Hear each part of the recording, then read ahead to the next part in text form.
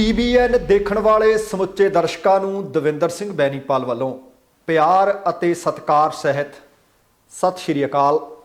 ਦਾ Benipal show ਵਿੱਚ ਤੁਹਾਡਾ ਸਭਨਾਂ ਦਾ ਨਿੱਘਾ ਸਵਾਗਤ। ਆਓ ਦੋਸਤੋ, ਸਭ ਤੋਂ ਪਹਿਲਾਂ ਸੰਖੇਪ ਦੇ ਵਿੱਚ ਉਹ ਖਬਰਾਂ, ਉਹ ਘਟਨਾਵਾਂ ਦੇ ਉੱਤੇ ਨਜ਼ਰ ਮਾਰੀਏ ਜਿਨ੍ਹਾਂ ਨੂੰ ਅੱਜ ਦੇ ਪ੍ਰੋਗਰਾਮ ਦੌਰਾਨ ਵਿਸਥਾਰ ਸਹਿਤ ਵਿਚਾਰਿਆ ਜਾਏਗਾ। ਪੰਜਾਬ ਦੀ ਸਿਆਸਤ ਵਿੱਚ ਅਰੂਸਾ ਦਾ ਮੁੱਖ ਮੁੱਦਾ ਕਿਉਂ? ਅਸਲ ਵਿੱਚ ਕੌਣ ਹੈ ਅਰੂਸਾ ਆਲਮ? ਵੱਡਾ ਸਵਾਲ। ਬੇਅਦਬੀ ਮਾਮਲੇ ਦੇ ਭਗੌੜੇ ਮੁਲਜ਼ਮਾਂ ਖਿਲਾਫ ਲੁੱਕ ਆਊਟ ਨੋਟਿਸ ਜਾਰੀ। ਸਿੰਘੂ ਸਰਹੱਦ ਤੇ ਲਖਵੀਰ ਕਤਲकांड ਵਿੱਚ ਪੁਲਿਸ ਦਾ ਵੱਡਾ ਖੁਲਾਸਾ। ਲਖਵੀਰ ਕਤਲकांड ਮਾਮਲੇ ਵਿੱਚ ਇੱਕ ਹੋਰ ਵੀਡੀਓ ਨੇ ਕਤਲकांड ਨੂੰ ਦਿੱਤਾ ਨਵਾਂ ਮੋੜ ਅਤੇ ਦੇਸ਼ ਭਗਤ ਲੋਕ ਭਾਜਪਾ ਨੂੰ ਅਤੇ ਅਤਵਾਦੀ ਹੋਰ ਪਾਰਟੀਆਂ ਨੂੰ ਪਾਉਣਗੇ ਵੋਟ। ਭਾਜਪਾ ਲੀਡਰ ਦਾ ਬਿਆਨ। ਦੋਸਤੋ, ਇਹ ਕੁਝ ਵੱਡੇ ਮੁੱਦੇ ਨੇ ਜਿਨ੍ਹਾਂ ਨੂੰ ਆਧਾਰ ਬਣਾਵਾਂਗੇ, ਜਿਨ੍ਹਾਂ ਦੇ ਉੱਤੇ ਵਿਸਥਾਰ ਦੇ ਨਾਲ ਚਰਚਾ ਕਰਾਂਗੇ। ਇਹਦੇ ਤੋਂ ਪਹਿਲਾਂ ਕਿ ਇਕੱਲੀ ਖਬਰ ਦੇ ਉੱਤੇ ਵਿਸਥਾਰ ਨਾਲ ਗੱਲਬਾਤ ਕੀਤੀ ਜਾਏ, ਤੁਹਾਨੂੰ ਸਭਨਾਂ ਨੂੰ ਬੇਨਤੀ ਹੈ ਕਿ ਜੇਕਰ ਹਾਲੇ ਤੱਕ ਤੁਸੀਂ ਆਪਣੇ ਇਸ ਚੈਨਲ ਨੂੰ ਸਬਸਕ੍ਰਾਈਬ ਨਹੀਂ ਕੀਤਾ ਤਾਂ ਕਿਰਪਾ ਕਰਕੇ ਸਬਸਕ੍ਰਾਈਬ ਕਰਕੇ ਨੋਟੀਫਿਕੇਸ਼ਨ ਵਾਲੀ ਘੰਟੀ ਜ਼ਰੂਰ ਔਨ ਕਰ ਲੈਣੀ। ਵੀਡੀਓ ਪ੍ਰੋਗਰਾਮ ਵੇਖਣ ਸੁਣਨ ਤੋਂ ਬਾਅਦ ਜੇਕਰ ਚੰਗਾ ਲੱਗਿਆ ਕਿਰਪਾ ਕਰਕੇ ਲਾਈਕ ਅਤੇ ਸ਼ੇਅਰ ਵੀ ਕਰ ਦਿਓ ਤੇ ਕਮੈਂਟ ਬਾਕਸ ਦੇ ਵਿੱਚ ਖਬਰਾਂ ਨੂੰ ਆਧਾਰ ਬਣਾ ਕੇ ਕਮੈਂਟ ਟਿੱਪਣੀਆਂ ਜ਼ਰੂਰ ਕਰਨੀਆਂ। ਸਭ ਤੋਂ ਵੱਡਾ ਮੁੱਦਾ ਬੀਤੇ ਕਈ ਦਿਨ ਤੋਂ ਅਰੂਸਾ ਆਲਮ ਹੋਈ ਜਾ ਰਹੀ ਹੈ। ਆਖਰਕਾਰ ਕੱਲ ਪੰਜਾਬ ਕਾਂਗਰਸ ਦੇ ਪ੍ਰਧਾਨ ਨਵਜੋਤ ਸਿੰਘ ਸਿੱਧੂ ਨੇ ਵੀ ਕਈ ਟਵੀਟ ਕੀਤੇ ਹੈ ਕਿ ਅਸਲ ਦੇ ਵਿੱਚ ਸਾਡਾ ਮੁੱਖ ਮੁੱਦਾ ਜਾਂ ਇਸ਼ੂ ਕੀ ਹੋਣਾ ਚਾਹੀਦਾ ਹੈ। ਪਰ ਸਾਰੀਆਂ ਵਿਰੋਧੀ ਧਿਰਾਂ ਇੱਥੋਂ ਤੱਕ ਕਿ ਕਾਂਗਰਸ ਦੇ ਕੁਝ ਵਜ਼ੀਰ ਵੀ ਲੋਕ ਮੁੱਦਿਆਂ ਨੂੰ ਤਲਾਂਜਲੀ ਦੇ ਚੁੱਕੇ ਨੇ। ਤੇ ਗੱਲ ਕਿਹਦੀ ਹੋ ਰਹੀ ਹੈ? ਅਰੂਸਾ ਆਲਮ ਦੀ। ਅਰੂਸਾ ਆਲਮ ਦੇ ਉੱਤੇ ਸੱਚਮੁੱਚ ਖੂਬ ਸਿਆਸਤ ਕੀਤੀ ਜਾ ਰਹੀ ਹੈ।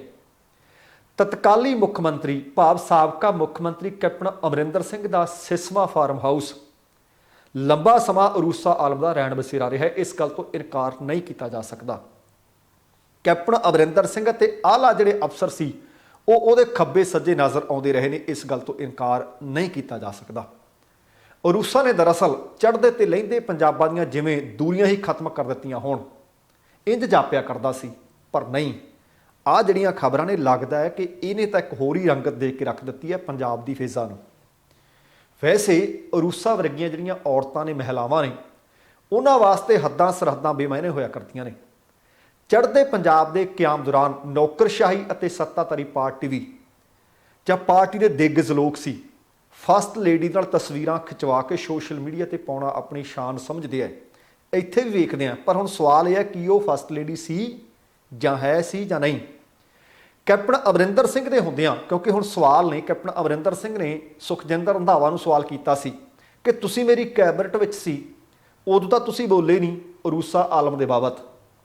ਪਰ ਹੁਣ ਇਹਦਾ ਜਵਾਬ ਇਹ ਹੈ ਕਿ ਕੀ ਕੈਪਟਨ ਅਮਰਿੰਦਰ ਸਿੰਘ ਦੇ ਮੁੱਖ ਮੰਤਰੀ ਹੁੰਦਿਆਂ ਕਿਸੇ ਦੀ ਜ਼ਰੂਰਤ ਸੀ ਕਿ ਉਹ ਅਰੂਸਾ ਵੱਲ ਵੇਖ ਵੀ ਲੈਂਦਾ? ਵਾਹਗਾ ਸਰਹੱਦ ਤੇ ਅਰੂਸਾ ਨੂੰ ਖੁਸ਼ਾਮਦੀਦ ਕਹਿਣ ਲਈ ਵਿਸ਼ੇਸ਼ ਵਿਅਕਤੀ ਪੁੱਜਿਆ ਕਰਦੇ ਸੀ। ਉਹ ਲਾਲ ਗਲੀਚਿਆਂ ਤੇ ਪੱਬ ਧਰਦੀ ਸਿਸਮਾ ਫਾਰਮ ਪਹੁੰਚ ਜਾਇਆ ਕਰਦੀ ਸੀ। ਉਹਦੀ ਖੁਸ਼ਾਮਦ ਕਰਨ ਲਈ ਪ੍ਰਭਾਵਸ਼ਾਲੀ ਲੋਕ ਇੱਕ ਦੂਸਰੇ ਦੇ ਕੂਣੀਆਂ ਮਾਰਦੇ ਹੋਏ ਇੱਕ ਦੂਸਰੇ ਤੋਂ ਅੱਗੇ ਨਿਕਲਣ ਦੀਆਂ ਕੋਸ਼ਿਸ਼ਾਂ ਕਰਦੇ ਹੁੰਦੇ ਸੀ ਤਾਂ ਕਿ ਅਸੀਂ ਉਹਨਾਂ ਦੇ ਗੁੱਡ ਬੁੱਕਸ ਦੇ ਵਿੱਚ ਆ ਜਾਈਏ। ਪਰ ਸਮਾਂ ਸੱਚਮੁੱਚ ਬਹੁਤ ਬਲਵਾਨ ਹੈ। ਇਹ ਸਮਾਂ ਕਿਸੇ ਦੇ ਪਿਓ ਦਾ ਨਹੀਂ ਕਿ ਪਤਾ ਕਦੋਂ ਫਿਰ ਜਾਵੇ।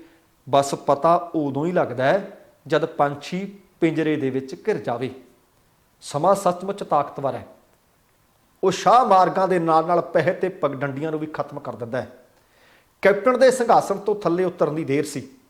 ਅਰੂਸਾ ਆਲਮ ਅਚਾਨਕ ਭਖ ਦਾ ਮੁੱਦਾ ਬਣ ਗਿਆ, ਵਿਰੋਧੀਆਂ ਦਾ ਵੀ ਤੇ ਆਪਣਿਆਂ ਦਾ ਵੀ। ਕਈ ਵਾਰੀ ਖਬਰਾਂ ਦੇ ਅੰਗ ਸੰਗ ਹੁੰਦਿਆਂ ਇੰਜ ਜਾਪਦਾ ਹੈ ਜਿਵੇਂ ਬੇਰੁਜ਼ਗਾਰੀ ਪੰਜਾਬ ਲਈ ਕੋਈ ਮੁੱਦਾ ਨਾ ਹੋਵੇ, ਨਸ਼ੇ ਕੋਈ ਮੁੱਦਾ ਨਾ ਹੋਣ, ਖੁਦਕੁਸ਼ੀਆਂ ਮੁੱਦਾ ਨਾ ਹੋਵੇ, ਆਹ ਗੁਲਾਬੀ ਸੁੰਡੀ ਕੋਈ ਮੁੱਦਾ ਨਾ ਹੋਵੇ, ਆਹ ਗੜੇਮਾਰੀ, ਆਹ ਜਿਹੜੀ ਤਬਾਹੀ ਹੋਈ ਹੈ ਕੋਈ ਮੁੱਦਾ ਨਾ ਹੋਵੇ, ਬੇਅਦਬੀ ਕੋਈ ਮੁੱਦਾ ਨਾ ਹੋਵੇ। ਸਾਰੇ ਜਿਵੇਂ ਪਿੱਛੇ ਹੀ ਰਹਿ ਗਏ ਹੋਣ। ਪਿਛਲੇ ਲੰਬੇ ਸਮੇਂ ਤੋਂ ਅਰੂਸਾ ਦਾ ਵੀਜ਼ਾ ਨਹੀਂ ਲੱਗਿਆ ਤੇ ਉਹ ਵਾਹਗਾ ਪਾਰ ਕਰ ਨਹੀਂ ਸਕੀ। ਹਾਂ, ਇਸ ਗੱਲ ਤੋਂ ਇਨਕਾਰ ਨਹੀਂ ਕੀਤਾ ਜਾ ਸਕਦਾ ਕਿ ਚੀਕੂਆਂ ਤੇ ਸੀਤਾਫਲ ਦੇ ਬਾਬਤ WhatsApp ਦੇ ਉੱਤੇ ਜੋ ਵਾਇਰਲ ਤਸਵੀਰਾਂ ਹੋਈਆਂ, ਆਡੀਓ ਵੀਡੀਓ ਹੋਏ, ਉਹਨਾਂ ਤੋਂ ਤੁਸੀਂ ਭਲੀ ਭਾਂਤ ਜਾਣੋ। ਅਫਵਾਹਾਂ ਦਾ ਵੀ ਬਾਜ਼ਾਰ ਗਰਮ ਰਿਹਾ। ਕੋਈ ਕਿਸੇ ਤਰ੍ਹਾਂ ਦੀ ਅਫਵਾਹ, ਕੋਈ ਕਿਸੇ ਤਰ੍ਹਾਂ ਦੀ ਅਫਵਾਹ। ਕੋਈ ਕੁਝ ਬੋਲਦਾ ਤੇ ਕੋਈ ਕੁਝ ਹੋਰ ਬੋਲਦਾ, ਕੋਈ ਚਸਕੇ ਲਾਉਂਦਾ, ਕੋਈ ਚਟਕਾਰੇ ਲੈਂਦਾ। ਵੈਸੇ ਵੀ ਸਾਡੇ ਸੁਭਾਅ ਦਾ, ਸਾਡੇ ਖੂਨ ਦਾ ਇਹ ਇੱਕ ਹਿੱਸਾ, ਸਾਡੇ ਖੂਨ ਵਿੱਚ ਰਚੀ ਹੋਈ ਹੈ ਇਹ ਚੀਜ਼। ਪੰਜਾਬੀਆਂ ਦੇ ਇਸ ਗੱਲ ਤੋਂ ਇਨਕਾਰ ਨਹੀਂ ਕੀਤਾ ਜਾ ਸਕਦਾ। ਹੁਣ ਪੰਜਾਬ ਦੇ ਸਿਰ ਤੇ ਕਰਜ਼ੇ ਦੀ ਭੰਡ ਦਿਨ ਪ੍ਰਤੀ ਦਿਨ ਭਾਰੀ ਹੁੰਦੀ ਜਾ ਰਹੀ ਹੈ, ਕੋਈ ਗੱਲ ਹੀ ਨਹੀਂ ਕਰਦਾ। ਗੱਲ ਕਾਹਦੀ ਹੋ ਰਹੀ ਹੈ? ਅਰੂਸਾ ਦੀ। ਖਜ਼ਾਨਾ ਖਾਲੀ ਕਿਵੇਂ ਹੋ ਗਿਆ ਉਹਦੀ ਚਰਚਾ ਹੀ ਨਹੀਂ ਹੋ ਰਹੀ। ਖਾਲੀ ਕਿਹਨੇ ਕਰ ਦਿੱਤਾ, ਕੋਈ ਗੱਲ ਹੀ ਨਹੀਂ ਹੋ ਰਹੀ। ਕਿ ਨੀਤੀਆਂ ਲੋਕ ਮਾਰੂ ਨੇ ਜਾਂ ਲੋਕਾਂ ਦੇ ਹਿੱਤ 'ਚ ਨੇ, ਕੋਈ ਗੱਲ ਹੀ ਨਹੀਂ ਹੋ ਰਹੀ। ਇੰਝ ਜਾਪਦਾ ਹੈ ਜਿਵੇਂ ਅਗਲੀਆਂ ਚੋਣਾਂ ਦੇ ਵਿੱਚ ਅਰੂਸਾ ਆਲਮ ਨੇ ਚੋਣ ਲੜਨੀ ਹੋਵੇ ਜਾਂ ਚੋਣ ਕਿਸ ਨੂੰ ਲੜਾਉਣੀ ਹੋਵੇ। ਹੁਣ ਇਹਨਾਂ ਚੋਣਾਂ ਦੇ ਮੱਦੇਨਜ਼ਰ ਮੁੱਖ ਮੰਤਰੀ ਚਰਨਜੀਤ ਸਿੰਘ ਚੰਨੀ ਦੇ ਵੱਲੋਂ ਬਹੁਤ ਸਾਰੇ ਗੱਫੇ ਵੰਡੇ ਜਾ ਰਹੇ ਨੇ। ਬੀਤੇ ਕੁਝ ਕੁ ਦਿਨਾਂ ਦੇ ਵਿੱਚ 12,000 ਕਰੋੜ ਰੁਪਏ ਦੇ ਜਾਂ ਪ੍ਰੋਜੈਕਟ ਜਾਂ ਐਲਾਨ ਉਹ ਕਰ ਚੁੱਕੇ ਨੇ। ਸਵਾਲ ਕਿਸੇ ਨੇ ਨਹੀਂ ਪੁੱਛਿਆ ਕਿ ਇੰਨਾ ਪੈਸਾ ਖਜ਼ਾਨੇ 'ਚ ਅਚਾਨਕ ਕਿੱਥੋਂ ਆ ਗਿਆ। ਗੱਫਿਆਂ ਦੀ ਵੀ ਚਰਚਾ ਨਹੀਂ ਹੋ ਰਹੀ। ਪੈਸਾ ਕਿੱਥੋਂ ਆਉਣਾ ਹੈ ਇਹ ਵੀ ਚਰਚਾ ਨਹੀਂ ਹੋ ਰਹੀ। ਕੀ ਖਜ਼ਾਨਾ ਸੱਚਮੁੱਚ ਖਾਲੀ ਹੈ ਇਹ ਵੀ ਚਰਚਾ ਨਹੀਂ ਹੋ ਰਹੀ। ਤੇ ਹੁਣ ਅਜਿਹੇ ਸਿਆਸੀ ਤੋਹਫਿਆਂ ਦਾ ਅਸਲ ਸੇਕ ਆਉਣ ਵਾਲੀ ਸਰਕਾਰ ਨੂੰ ਲੱਗੂ ਕਿ ਨਹੀਂ ਲੱਗੂ? ਕੀ ਉਹ ਭਰਪਾਈ ਕਰ ਸਕੂ ਜਿਹੜੇ ਐਲਾਨ ਹੋ ਰਹੇ ਨੇ ਜਾਂ ਨਹੀਂ ਕਰੂ? ਹੁਣ ਸਮਾਜਿਕ ਸਰੋਕਾਰ ਉਹਦੀ ਭਲਾ ਫਿਕਰ ਕਿਹਨੂੰ ਹੈ? ਨਾ ਲੋਕਾਂ ਨੂੰ, ਨਾ ਸਿਆਸੀ ਲੋਕਾਂ ਨੂੰ। ਅਰੂਸਾ ਆਲਮ ਦੇ ਬਾਰੇ ਹੁਣ ਚਰਚਾ ਕਰਨੀ ਸੱਪ ਲੰਘਣ ਤੋਂ ਬਾਅਦ ਲਕੀਰ ਕੁੱਟਣ ਵਾਲੀ ਗੱਲ ਤਾਂ ਨਹੀਂ ਕਿਤੇ। ਅਰੂਸਾ ਆਲਮ ਦਾ ਦਰਅਸਲ ਡਿਫੈਂਸ ਜਰਨਲਿਸਟ ਹੋਣ ਦੇ ਨਾਤੇ ਪਾਕਿਸਤਾਨ ਦੇ ਫੌਜੀ ਜਰਨੈਲਾਂ, ਉੱਥੋਂ ਦੀ ਖੂਫੀਆ ਏਜੰਸੀ ISI, ਉਹਦੇ ਉੱਚ ਕੋਟੀ ਦੇ ਅਫਸਰਾਂ ਦੇ ਨਾਲ ਚੰਗਾ ਤੁਰਫ ਹੈ, ਕੋਈ ਇਨਕਾਰ ਨਹੀਂ ਕੀਤਾ ਜਾ ਸਕਦਾ। ਇੱਧਰ ਤਾਂ ਅਸੀਂ ISI ਦੀ ਗੱਲ ਕਰਕੇ ਉੱਦਾਂ ਹੀ ਭਟਕ ਜਾਂਦੇ ਹਾਂ। ਜੋ ਉਹਦੇ ਚੰਗੇ ਸੰਬੰਧ ਨੇ, ਫਿਰ ਉਹ ਬੀਤੇ 16 ਵਰ੍ਹਿਆਂ ਤੋਂ ਪੰਜਾਬ 'ਚ ਕੀ ਕਰਦੀ ਰਹੀ? ਸਵਾਲ ਤਾਂ ਸੱਚਮੁੱਚ ਵੱਡਾ ਹੈ। 16 ਕੁ ਸਾਲ ਪਹਿਲਾਂ ਉਹਦੇ ਬਾਰੇ ਦੱਸ ਦਿਆਂ ਕਿ ਉਹ ਅਰੂਸਾ ਦਾ ਇੱਥੇ ਤੱਕ ਆਉਣਾ ਕਿਵੇਂ ਹੋਇਆ। ਤਕਰੀਬਨ 16 ਸਾਲ ਪਹਿਲਾਂ ਉਹ ਹੈਦਰਾਬਾਦ ਦੇ ਇੱਕ ਵਿੱਚ ਕਾਨਫਰੰਸ ਹੁੰਦੀ ਹੈ, south Asia free media conference, ਜਿਸ ਨੂੰ ਸਾਫਮਾ ਆਖਿਆ ਜਾਂਦਾ ਹੈ। ਸਾਫਮਾ ਦੇ ਸੱਦੇ ਤੇ ਪਹਿਲੀ ਵਾਰ ਦਸੰਬਰ 2006 ਦੇ ਵਿੱਚ ਵਾਘੇ ਦੇ ਰਸਤੇ ਉਹ ਭਾਰਤ ਆਉਂਦੀ ਹੈ। ਉਸ ਵੇਲੇ ਉਹ ਸਾਫਮਾ ਦੇ ਪਾਕਿਸਤਾਨ ਚੈਪਟਰ ਦੀ ਪ੍ਰਧਾਨ ਹੋਣ ਦੀ ਹੈਸੀਅਤ ਦੇ ਵਿੱਚ ਇਸ ਕਾਨਫਰੰਸ ਦੇ ਵਿੱਚ ਸ਼ਿਰਕਤ ਕਰਦੀ ਹੈ।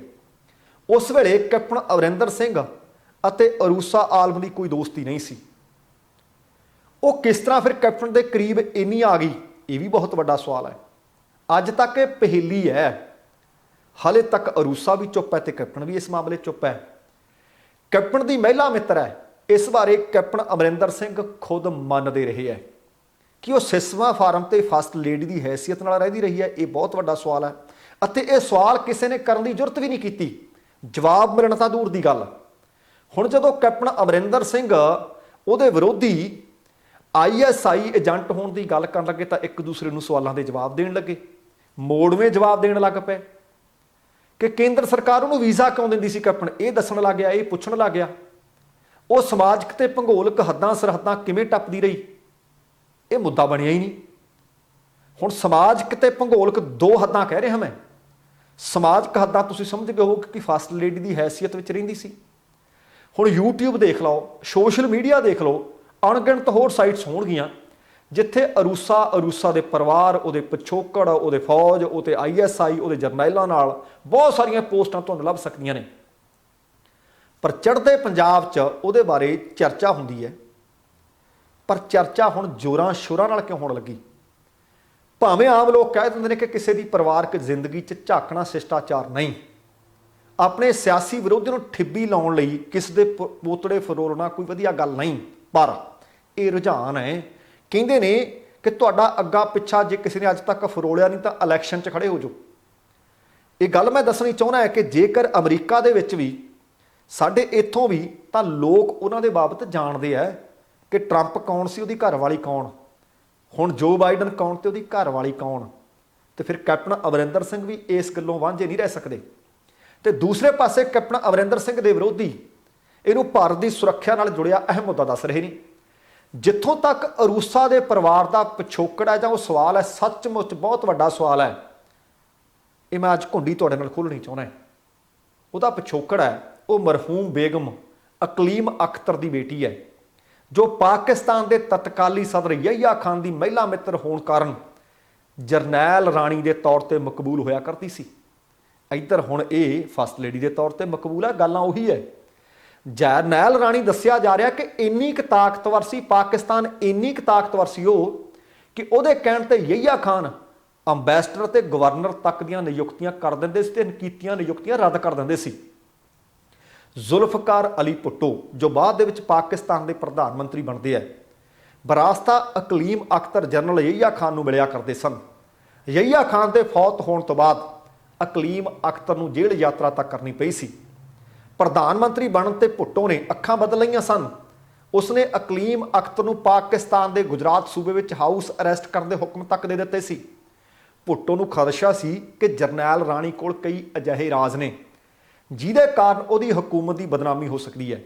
ਖੈਰ, ਤੁਸੀਂ ਇਹ ਹਿਸਾਬ ਲਾ ਲਓ ਕਿ ਇਹਦੀ ਮਾਂ ਵੀ ਕਿਸੇ ਖਾਸ ਜਰਨੈਲ ਜਾਂ ਉੱਥੋਂ ਦੇ ਪ੍ਰਧਾਨ ਮੰਤਰੀਆਂ ਦੇ ਕਿੰਨੀ ਕਲੋਜ਼ ਹੋਇਆ ਕਰਦੀ ਸੀ, ਫਿਰ ਉਹਦੀ ਪਹੁੰਚ ਕਿੱਥੇ ਤੱਕ ਹੋਣੀ ਹੈ।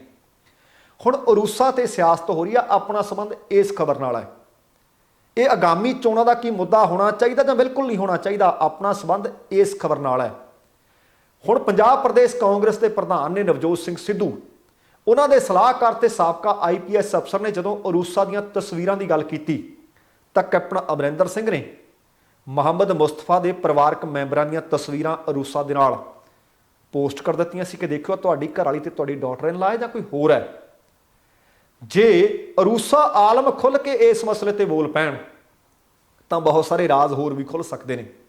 ਚੰਗਾ ਤਾਂ ਇਹ ਹੋਊਗਾ ਜੇ ਇਹ ਮੁੱਦੇ ਉਛਾਲਣ ਦੀ ਬਜਾਏ ਪੰਜਾਬ ਦੀ ਗੱਲ ਹੋਵੇ, ਪੰਜਾਬੀ ਦੀ ਗੱਲ ਹੋਵੇ, ਪੰਜਾਬੀਅਤ ਦੀ ਗੱਲ ਹੋਵੇ, ਸਰੋਕਾਰਾਂ ਦੀ ਗੱਲ ਹੋਵੇ, ਲੋਕਾਂ ਦੇ ਮੁੱਦਿਆਂ ਦੀ ਗੱਲ ਹੋਵੇ। ਪਰ ਇਹਨੂੰ ਅੱਖੋਂ ਪਰੋਖੇਰੂ ਵੀ ਨਹੀਂ ਕੀਤਾ ਜਾ ਸਕਦਾ। ਪਰ ਕਿਤੇ ਇਹ ਤਾਂ ਨਹੀਂ ਕਿ ਲੋਕਾਂ ਨੂੰ ਉਰੂਸਾ ਆਲਮ ਵਾਲੇ ਮੁੱਦੇ ਵਿੱਚ ਉਲਝਾ ਕੇ ਕੈਪਟਨ ਅਮਰਿੰਦਰ ਸਿੰਘ ਅਦਰ ਖਾਤੇ ਆਪਣਾ ਕੰਮ ਅੱਗੇ ਨੂੰ ਵਧਾ ਰਹੇ ਨੇ। ਉਹ ਭਾਰਤੀ ਜਨਤਾ ਪਾਰਟੀ ਦੇ ਨੇੜੇ ਹੁੰਦੇ ਜਾ ਰਹੇ ਨੇ ਤੇ ਆਪਣੀ ਪਾਰਟੀ ਦੀ ਅਨਾਉਂਸਮੈਂਟ ਕਰਦੇ ਤਕਰੀਬਨ ਨੇੜੇ ਨੇ ਤੇ ਇੱਧਰ ਕਾਂਗਰਸ ਪਾਰਟੀ ਵਾਲੇ ਉਲਝੇ ਰਹਿਣ ਉਰੂਸਾ 'ਚ। ਪਰ ਇਸ ਗੱਲ ਤੋਂ ਇਨਕਾਰ ਨਹੀਂ ਕੀਤਾ ਜਾ ਸਕਦਾ। ਕੁਝ ਇੱਕ ਲੋਕ ਜਿਹੜੇ ਕਾਂਗਰਸ ਦੇ ਵੱਡੇ ਲੀਡਰ ਨੇ ਉਹ ਇਹ ਦੱਸਦੇ ਆ ਕਿ ਸਾਰੇ ਕਾਂਗਰਸੀ ਉਹਨਾਂ ਨੂੰ ਪੈਰੀਂ ਹੱਥ ਲਾ ਕੇ ਮਿਲਿਆ ਕਰਦੇ ਸੀ। ਕਈ ਲੋਕ ਉਹਨਾਂ ਨੂੰ ਆਂਟੀ ਕਹਿ ਕੇ ਬੁਲਾਇਆ ਕਰਦੇ ਸੀ। ਕਈ ਲੋਕ ਆਪਣੀਆਂ ਨਿਯੁਕਤੀਆਂ ਤੇ ਆਪਣੀਆਂ ਬਦਲੀਆਂ ਲਈ ਉਰੂਸਾ ਆਲਮ ਤੱਕ ਪਹੁੰਚ ਕਰਿਆ ਕਰਦੇ ਸੀ। ਫਿਰ ਸਵਾਲ ਪੈਦਾ ਇਹ ਜ਼ਰੂਰ ਹੁੰਦਾ ਹੈ ਕਿ ਕੀ ਉਰੂਸਾ ਆਲਮ ਫਸਟ ਲੇਡੀ ਜਾਂ ਉਰੂਸਾ ਆਲਮ ਸਿਰਫ ਮਹਿਲਾ ਮਿੱਤਰ ਜਾਂ ਉਰੂਸਾ ਆਲਮ ਇਹਦੇ ਤੋਂ ਵੀ ਕੁਝ ਵੱਧ। ਤੇ ਅਗਲੀ ਖਬਰ ਸੱਚਮੁੱਚ ਇਹ ਵੀ ਪੰਜਾਬ ਦੀ ਸਿਆਸਤ ਦੇ ਵਿੱਚ ਹੁਣ ਤਰਥੱਲੀ ਮਚਾਊ ਖਬਰ ਹੈ ਜਿਹੜੀ ਸਰਹੱਦ ਤੇ ਬੀਤੇ ਦਿਨੀ ਤਰਨਤਾਰਨ ਜ਼ਿਲ੍ਹੇ ਦਾ ਇੱਕ ਪਿੰਡ ਹੈ ਚੀਮਾ ਕਲਾਂ। ਉੱਥੋਂ ਦੇ ਲਖਵੀਰ ਸਿੰਘ ਨਾਮ ਦੇ ਵਿਅਕਤੀ ਦੀ ਬੇਰਹਿਮੀ ਨਾਲ ਹੱਤਿਆ ਹੁੰਦੀ ਹੈ ਅਤੇ ਉਹਦੇ ਉੱਤੇ ਦੋਸ਼ ਨੇ ਕਿ ਉਹਨੇ ਗੁਰੂ ਸਾਹਿਬ ਦੀ ਬੇਅਦਬੀ ਕੀਤੀ ਹੈ। ਹੁਣ ਪਹਿਲਾਂ ਤਾਂ ਖਬਰਾਂ ਇਹ ਸੀ ਕਿ 4 ਨਿਹੰਗ ਸਿੰਘਾਂ ਨੇ ਆਤਮ ਸਮਰਪਣ ਕਰ ਦਿੱਤਾ। ਨਾਲ ਨਿਹੰਗ ਸਿੰਘ ਜਥੇਬੰਦੀਆਂ ਨੇ ਕਿਹਾ ਸੀ ਕਿ 5ਵਾਂ ਵਿਅਕਤੀ ਇਸ ਸਾਜ਼ਿਸ਼ ਦੇ ਵਿੱਚ ਕੋਈ ਸ਼ਾਮਲ ਨਹੀਂ। ਪਰ ਪੁਲਿਸ ਨੇ ਕੁਝ ਨਵੇਂ ਖੁਲਾਸੇ ਕੀਤੇ ਨੇ। ਉਹ ਕਹਿੰਦੇ CCTV ਅਤੇ ਵੀਡੀਓ ਦੇ ਵਿੱਚ ਕੁਝ ਹੋਰ ਨਿਹੰਗ ਸਿੰਘ ਦਿਖਾਈ ਦੇ ਰਹੇ ਨੇ। ਉਹਨਾਂ ਦੀ ਪਛਾਣ ਕਰਨ ਦੇ ਵਾਸਤੇ ਜਿਹੜੇ ਗ੍ਰਿਫਤਾਰ ਕੀਤੇ ਹੋਏ 4 ਨਿਹੰਗ ਨੇ ਉਹਨਾਂ ਦੀ ਜ਼ਰੂਰਤ ਹੈ ਤੇ ਉਹਨਾਂ ਤੋਂ ਪੁੱਛਿਆ ਜਾਊ ਕਿ ਦੱਸੋ। ਪੁਲਿਸ ਦੀ ਅਪੀਲ ਤੇ ਅਦਾਲਤ ਨੇ 2 ਦਿਨ ਦਾ ਹੋਰ ਰਿਮਾਂਡ ਪੁਲਿਸ ਨੂੰ ਸੌਂਪ ਦਿੱਤਾ ਸੀ।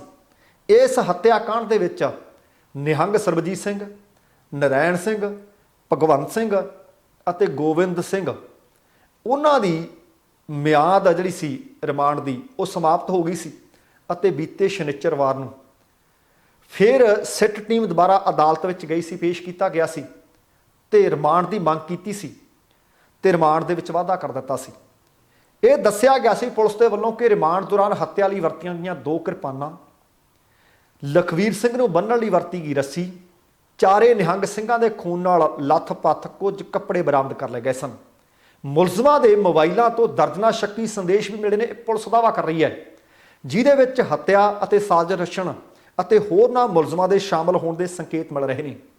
ਹੁਣ ਇਹ ਸੱਚ ਜਾਣੇ ਕਿ ਪੁਲਿਸ ਸੱਚ ਬੋਲ ਰਹੀ ਹੈ ਜਾਂ ਝੂਠ ਬੋਲ ਰਹੀ ਹੈ, ਪਰ ਕਹਿੰਦੇ ਨੇ ਕਿ ਸੰਕੇਤ ਮਿਲ ਰਹੇ ਨੇ ਜਿਹੜੇ ਇੱਕ ਦੂਸਰੇ ਨੂੰ ਮੈਸੇਜ ਹੋਏ ਨੇ।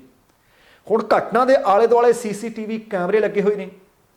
ਉਹ ਫੁਟੇਜ ਉਹ ਜਦੋਂ ਲੱਭੀ ਗਈ ਆ ਉਹਦੇ ਵਿੱਚ ਕੁਝ ਹੋਰ ਵਿਅਕਤੀ ਵੀ ਲੱਗਦਾ ਹੈ ਕਿ ਇਸ ਹੱਤਿਆਕਾਂਡ ਦੇ ਵਿੱਚ ਸ਼ਾਮਲ ਨੇ। ਹੁਣ ਉਹਨਾਂ ਦੀ ਪਛਾਣ ਦੇ ਵਾਸਤੇ 4 ਨਿਹੰਗਾਂ ਸਿੰਘਾਂ ਦੇ ਰਿਮਾਂਡ ਨੂੰ ਵਧਾਉਣ ਦੀ ਕੋਸ਼ਿਸ਼ ਕੀਤੀ ਜਾ ਰਹੀ ਹੈ ਤਾਂ ਕਿ ਪਤਾ ਲੱਗ ਸਕੇ ਕਿ ਇਹ 4 ਹੀ ਨਹੀਂ, 4 ਤੋਂ ਇਲਾਵਾ ਵੀ ਨੇ। ਸਿੱਟ 2 ਬਣੀਆਂ ਹੋਈਆਂ ਨੇ। ਜਿਹੜੀ ਪਹਿਲੀ ਸਿੱਟ ਆ ਉਹਦੇ ਇੰਚਾਰਜ ਨੇ DSP ਵਰਿੰਦਰ ਸਿੰਘ ਨੇ ਕਿਹਾ ਕਿ CCTV ਕੈਮਰੇ ਦੀ ਫੁਟੇਜ, ਵੀਡੀਓ ਤੇ ਮੋਬਾਈਲ ਮੈਸੇਜ ਦੇ ਆਧਾਰ ਤੇ ਹੱਤਿਆ ਦੇ ਵਿੱਚ ਕਈ ਹੋਰ ਲੋਕਾਂ ਦੇ ਸ਼ਾਮਲ ਹੋਣ ਦੀ ਜਾਣਕਾਰੀ ਮਿਲੀ ਹੈ ਅਤੇ ਉਹਨਾਂ ਦੀ ਪਛਾਣ ਦੇ ਵਾਸਤੇ ਗ੍ਰਿਫਤਾਰ ਕੀਤੇ ਗਏ ਨਿਹੰਗ ਸਿੰਘਾਂ ਦਾ ਸਾਨੂੰ 2 ਦਿਨ ਦਾ ਹੋਰ ਰਿਮਾਂਡ ਮਿਲ ਗਿਆ ਅਤੇ ਉਹਨਾਂ ਤੋਂ ਪੁੱਛਗਿੱਛ ਕੀਤੀ ਜਾਊਗੀ। ਹੁਣ ਨਾਲ ਇਹ ਵੀ ਖਬਰ ਮਿਲ ਰਹੀ ਹੈ ਕਿ ਲਖਵੀਰ ਨੂੰ ਸੋਨੀਪਤ ਕੌਣ ਲੈ ਕੇ ਆਇਆ, ਉਹਦੀ ਹਾਲੇ ਵੀ ਪੁਲਿਸ ਤਲਾਸ਼ ਕਰ ਰਹੀ ਹੈ, ਕਿਉਂਕਿ ਹਰਿਆਣਾ ਅਤੇ ਪੰਜਾਬ ਪੁਲਿਸ ਦੀਆਂ 2 ਟੀਮਾਂ ਨੇ ਜਿਹੜੀਆਂ ਇਸ ਕੇਸ ਨੂੰ ਸੁਲਝਾਉਣ ਲਈ ਗੁੱਥੀ ਸੁਲਝਾਉਣ ਦੇ ਵਾਸਤੇ ਲੱਗੀਆਂ ਹੋਈਆਂ ਨੇ। ਉਹ ਲਖਵੀਰ ਦੇ ਪਿੰਡ ਗਈਆਂ ਸੀ, ਘਰ ਗਈਆਂ ਸੀ, ਲੋਕਾਂ ਤੋਂ ਪੁੱਛਗਿੱਛ ਕਰ ਰਹੀਆਂ ਸੀ। ਹੁਣ ਪੁਲਿਸ ਟੀਮਾਂ ਨੂੰ ਸਭ ਤੋਂ ਵੱਧ ਇਸ ਚੀਜ਼ ਦੇ ਉੱਤੇ ਧਿਆਨ ਕੇਂਦਰਿਤ ਕੀਤਾ ਹੋਇਆ ਜਾਂ ਕਰਨਾ ਪਿਆ ਕਿ ਉਹਨੂੰ ਸਰਹੱਦ ਤੱਕ ਲਿਆਉਣ ਵਾਲਾ ਕੌਣ ਸੀ, ਉਹਨੂੰ ਧਾਰਮਿਕ ਗ੍ਰੰਥੀ ਬੇਅਦਬੀ ਲਈ ਪ੍ਰੇਰਿਤ ਕਰਨ ਵਾਲਾ ਕੌਣ ਸੀ, ਮਰਨ ਤੋਂ ਪਹਿਲਾਂ ਲਖਵੀਰ ਦੇ ਵੱਲੋਂ ਜਿਹੜੇ ਮੋਬਾਈਲ ਨੰਬਰ ਦਿੱਤੇ ਗਏ ਉਹਦੀ ਜਾਂਚ ਕੀਤੀ ਜਾ ਰਹੀ ਹੈ। ਅਜਿਹੇ ਸਬੂਤ ਹਜੇ ਤੱਕ ਕੋਈ ਨਹੀਂ ਮਿਲਿਆ ਕਿ ਲਖਵੀਰ ਨੂੰ ਕਿਸੇ ਨੇ ਪੈਸੇ ਦਿੱਤੇ ਹੋਣ, ਬੇਅਦਬੀ ਕਰਨ ਵਾਸਤੇ ਉਚੇਚੇ ਤੌਰ ਤੇ ਕਿਸੇ ਨੇ ਭੇਜਿਆ ਹੋਵੇ। ਪਰ ਇਹ ਜ਼ਰੂਰ ਹੈ ਕਿ ਕੁੱਟਮਾਰ ਦੇ ਡਰ ਤੋਂ ਬਚਣ ਦੇ ਵਾਸਤੇ ਜਦ ਮੌਤ ਅੱਖਾਂ ਦੇ ਸਾਹਮਣੇ ਨਜ਼ਰ ਸੀ, ਜਿਹਦੇ ਕੰਮ ਕਰਿਆ ਕਰਦਾ ਸੀ ਆਪਣੇ ਮਾਲਕ ਦਾ ਮੋਬਾਈਲ ਨੰਬਰ ਦੇ ਦਿੱਤਾ ਸੀ ਤਾਂ ਕਿ ਨਿਹੰਗ ਉਹਨੂੰ ਕੁੱਟਣੋਂ ਵੱਢਣੋਂ ਹਟ ਜਾਣ। ਤੇ ਹੁਣ ਇੱਕ ਹੋਰ ਵੀਡੀਓ ਹੈ, ਇਹਦੇ ਤੋਂ ਅਗਲੀ ਵੀਡੀਓ ਲਗਾਤਾਰ ਕੁਝ ਨਾ ਕੁਝ ਇਸ ਕੇਸ ਦੇ ਵਿੱਚ ਸੁਲਝਣ ਦੀ ਬਜਾਏ ਉਲਝਦਾ ਜਾ ਰਿਹਾ ਹੈ। ਤੁਹਾਨੂੰ ਯਾਦ ਹੋਣਾ ਹੈ ਕਿ ਦੁਸ਼ਹਿਰੇ ਵਾਲੀ ਸਵੇਰ ਸੀ, ਤਕਰੀਬਨ 3:30 ਵਜੇ ਸੀ, ਜਦੋਂ ਆਖਿਆ ਗਿਆ ਕਿ ਆਹ ਇੱਕ ਬੰਦਾ ਭਾਈ ਬੇਅਦਬੀ ਕਰ ਰਿਹਾ ਹੈ। ਬੇਅਦਬੀ ਨੂੰ ਆਧਾਰ ਬਣਾ ਕੇ ਲਖਵੀਰ ਸਿੰਘ ਦਾ ਹੱਥ ਵੱਢਿਆ ਗਿਆ, ਲੱਤ ਵੱਢੀ ਗਈ, ਖੂਨ ਵਹਿ ਗਿਆ ਤੇ ਉਹਦੀ ਮੌਤ ਹੋ ਗਈ। ਤੇ ਫਿਰ ਉਹਨੂੰ ਸਟੇਜ ਜਿਹੜੀ ਲੱਗੀ ਹੋਈ ਆ ਉੱਥੇ ਸੰਯੁਕਤ ਕਿਸਾਨ ਮੋਰਚੇ ਦੀ, ਉਹਦੇ ਨੇੜੇ ਬੈਰੀਕੇਡ ਤੇ ਪੁੱਠਾ ਲਟਕਾ ਦਿੱਤਾ ਗਿਆ ਸੀ।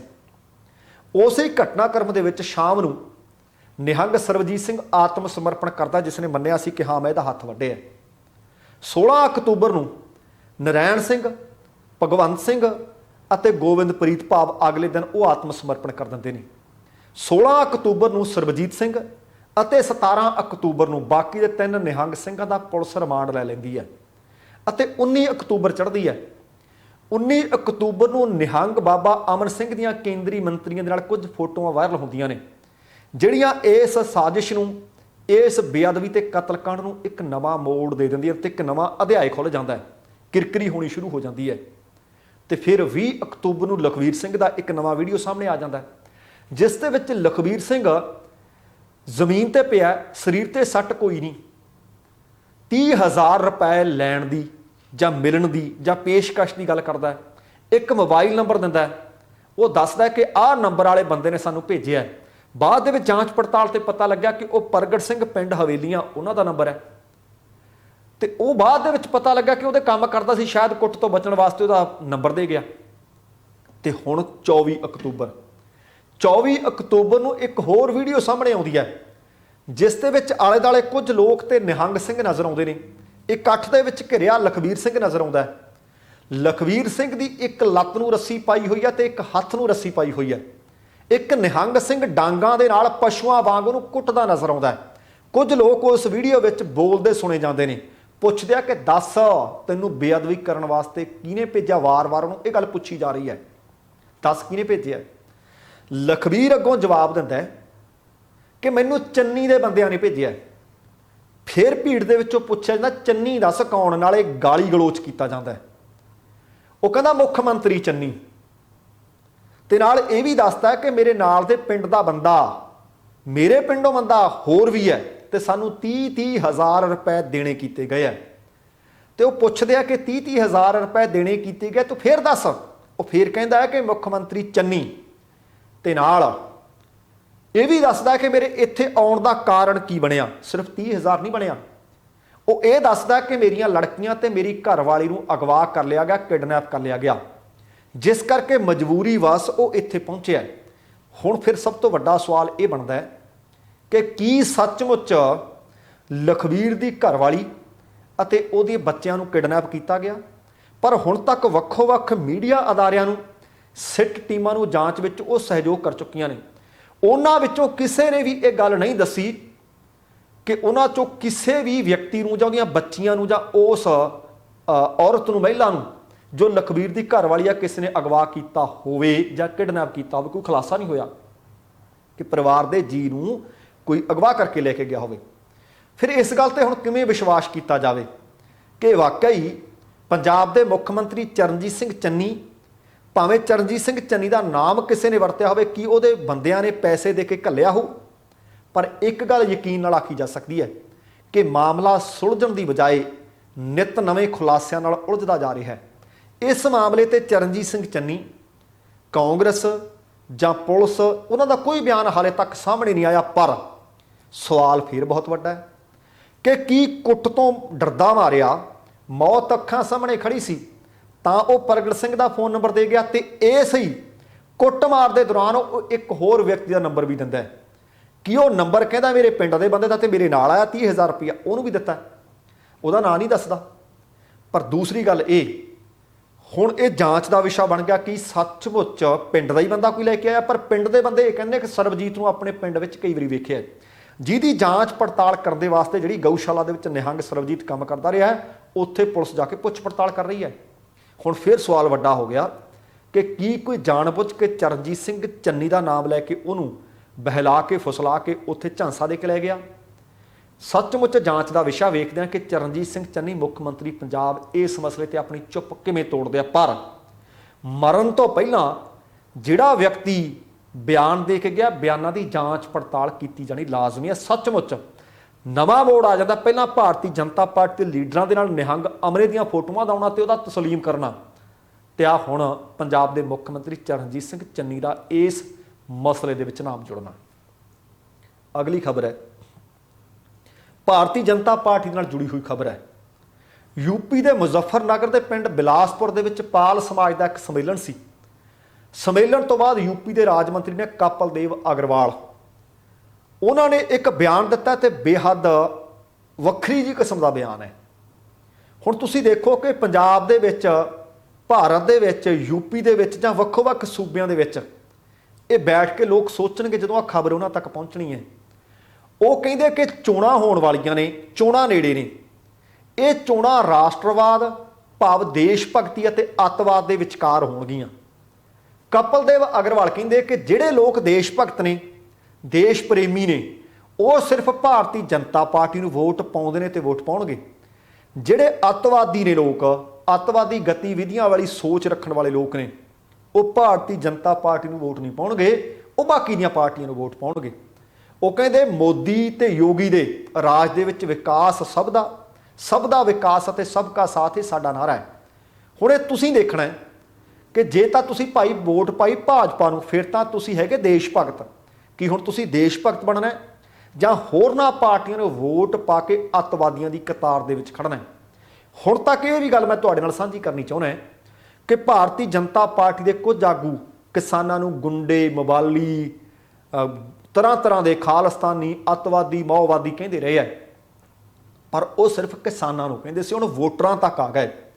ਉਹ ਕਹਿੰਦੇ ਜਿਹੜਾ ਤਾਂ ਭਾਰਤੀ ਜਨਤਾ ਪਾਰਟੀ ਨੂੰ ਵੋਟ ਪਾਊ ਉਹ ਦੇਸ਼ ਭਗਤ, ਜਿਹੜਾ ਵਿਰੋਧੀ ਪਾਰਟੀ ਨੂੰ ਵੋਟ ਪਾਊ ਉਹ ਅੱਤਵਾਦੀ। ਹੁਣ ਤੁਸੀਂ ਅੱਤਵਾਦੀ ਬਣਨਾ ਜਾਂ ਦੇਸ਼ ਭਗਤ ਬਣਨਾ ਹੈ, ਫੈਸਲਾ ਤੁਹਾਡਾ ਹੋ। ਅਗਲੀ ਬੇਅਦਬੀਆਂ ਦੇ ਨਾਲ ਸੰਬੰਧਿਤ ਖਬਰ ਹੈ। ਡੇਰਾ ਸੱਚਾ ਸੌਦਾ ਸਿਰਸਾ ਦੀ ਕੌਮੀ ਕਮੇਟੀ ਦੇ 3 ਭਗੌੜੇ ਮੁਲਜ਼ਮ ਨੇ, ਉਹਨਾਂ ਦਾ ਹਾਲੇ ਤੱਕ ਕੋਈ ਸੁਰਾਗ ਨਹੀਂ ਮਿਲਿਆ, ਜਿਸ ਕਾਰਨ ਫਰੀਦਕੋਟ ਜ਼ਿਲ੍ਹੇ ਦੇ ਐਸਐਸਪੀ ਦੇ ਵੱਲੋਂ ਲੁੱਕਆਊਟ ਨੋਟਿਸ ਜਾਰੀ ਕਰ ਦਿੱਤਾ ਗਿਆ। ਪੁਲਿਸ ਮੁਖੀ ਨੇ ਲੁੱਕਆਊਟ ਨੋਟਿਸ ਕੌਮੀ ਪੱਧਰ ਤੇ ਜਾਰੀ ਕੀਤਾ ਹੈ।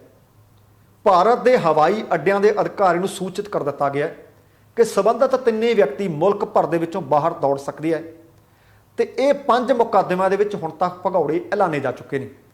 ਇਹਨਾਂ ਮੁਲਜ਼ਮਾਂ ਦੇ ਵਿੱਚ ਸ਼ਾਮਲ ਨੇ ਹਰਸ਼ ਧੂਰੀ ਪੁੱਤਰ ਅਸ਼ੋਕ ਕੁਮਾਰ ਵਾਸੀ ਧੂਰੀ ਜ਼ਿਲ੍ਹਾ ਸੰਗਰੂਰ ਤੇ ਅੱਜ ਕੱਲ੍ਹ ਡੇਰਾ ਸੱਚਾ ਸੌਦਾ ਬੇਗੂ ਰੋਡ ਸਿਰਸਾ ਰਹਿੰਦੇ ਹੈ।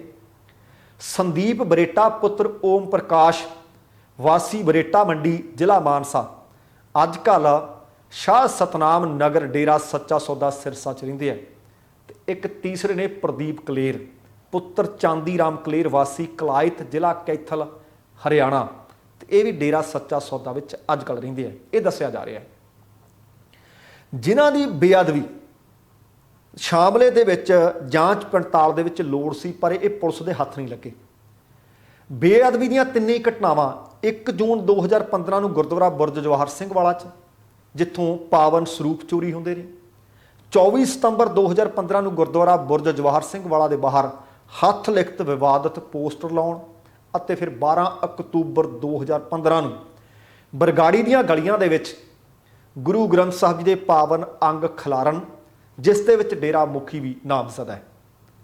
ਹੁਣ ਇੱਥੇ ਗੱਲ ਦੱਸਣ ਵਾਲੀ ਹੈ ਕਿ ਜਦੋਂ ਇਹ ਬੇਅਦਬੀ ਦੀਆਂ ਘਟਨਾਵਾਂ ਵਾਪਰਦੀਆਂ ਨੇ, ਉਸ ਵਕਤ ਸੱਤਾਧਾਰੀ ਧਿਰ ਪੰਜਾਬ ਦੇ ਵਿੱਚ ਸ਼੍ਰੋਮਣੀ ਅਕਾਲੀ ਦਲ ਤੇ ਭਾਜਪਾ ਸੀ, ਭਾਵ ਇਹਨਾਂ ਦੀ ਰਲੀ ਮਿਲੀ ਸਰਕਾਰ ਸੀ। ਇਹਨਾਂ ਘਟਨਾਵਾਂ ਦੀ ਜਾਂਚ ਪਹਿਲਾਂ CBI ਨੂੰ ਸੌਂਪੀ ਗਈ ਸੀ ਅਤੇ CBI ਵੱਲੋਂ ਇਸ ਮਾਮਲੇ ਵਿੱਚ ਪੇਸ਼ ਕੀਤੀ ਗਈ ਕਲੋਜ਼ਰ ਰਿਪੋਰਟ ਤੇ ਵਿਵਾਦ ਖੜਾ ਹੋ ਗਿਆ ਸੀ।